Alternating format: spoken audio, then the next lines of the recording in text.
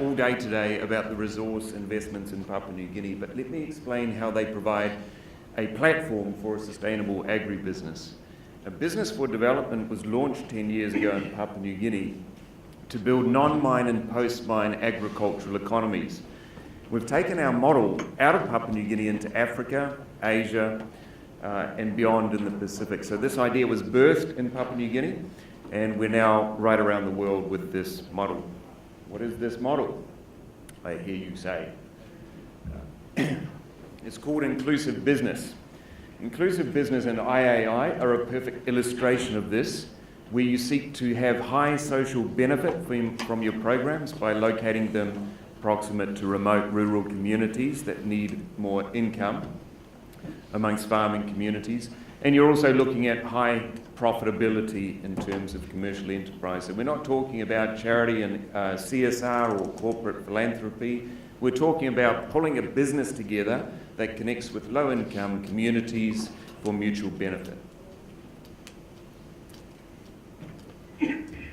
So with the vast majority of Papua New Guinea's population employed in agriculture, there's enormous investment coming into the sector. I've already mentioned the extractives, and I'll talk about some client work that we've done, but also buyers and traders in the market such as OLAM, IAI, again, case in point, multilaterals, ADB, IFC, IFAD, and increasingly impact investors that are looking into these kind of programs.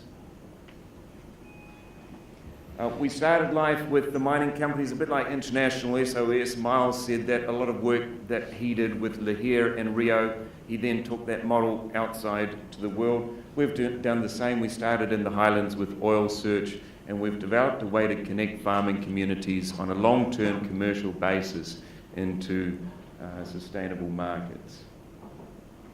A prime example is in Western Province with Octeti, where we've got a large integrated agro-industries program on the go. This is looking at rice production, rubber production, and agar wood. So some of those are long-term tree crops, some of them are short rotation field crops such as rice, and we're looking at profit pooling models and how we can get up over 10,000 farmers to double their income, and we've got early evidence that we're on the way to achieving that. In the Highlands, up in Highlands Province, we're close to pulling a pork business together, and we've developed a feed formulation using cassava, which is mulched to, again, import substitute for grains from Australia, similar to what Ilan has done with his poultry business. We're also talking to IAI about how that might be processed for having protein distribution in the Highlands of Papua New Guinea. Again, there's a perfect match between the interest of extractives who need to build these non-mine economies to deflect the need for direct employment and royalty payments to indirect sources of income through agriculture.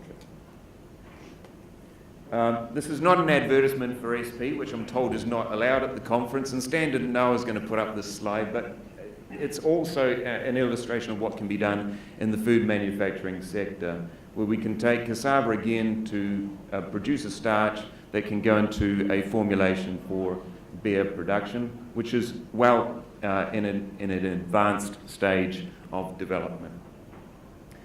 I said I'd be very quick because I'm holding you back from your drinks. This is my second to last slide, but it is exciting for us to see that APEC is coming up in Papua New Guinea next year. We've put a white paper through the APEC committee, I should say, which has been approved recently in Toronto, to look at how you develop dual-purpose agriculture and extractive corridors.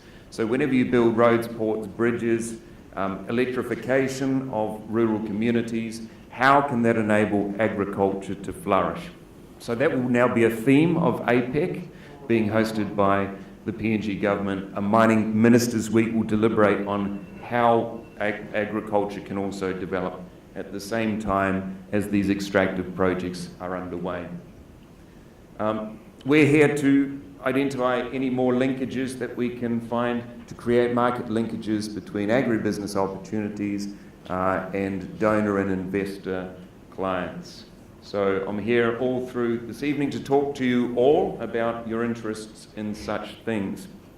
It may seem a unattainable target to double farmer incomes and be commercially sustainable, but we've seen this evidenced in Kenya, we've seen it evidenced in Papua New Guinea and Western Province, we've seen it evidenced in Indonesia and Laos.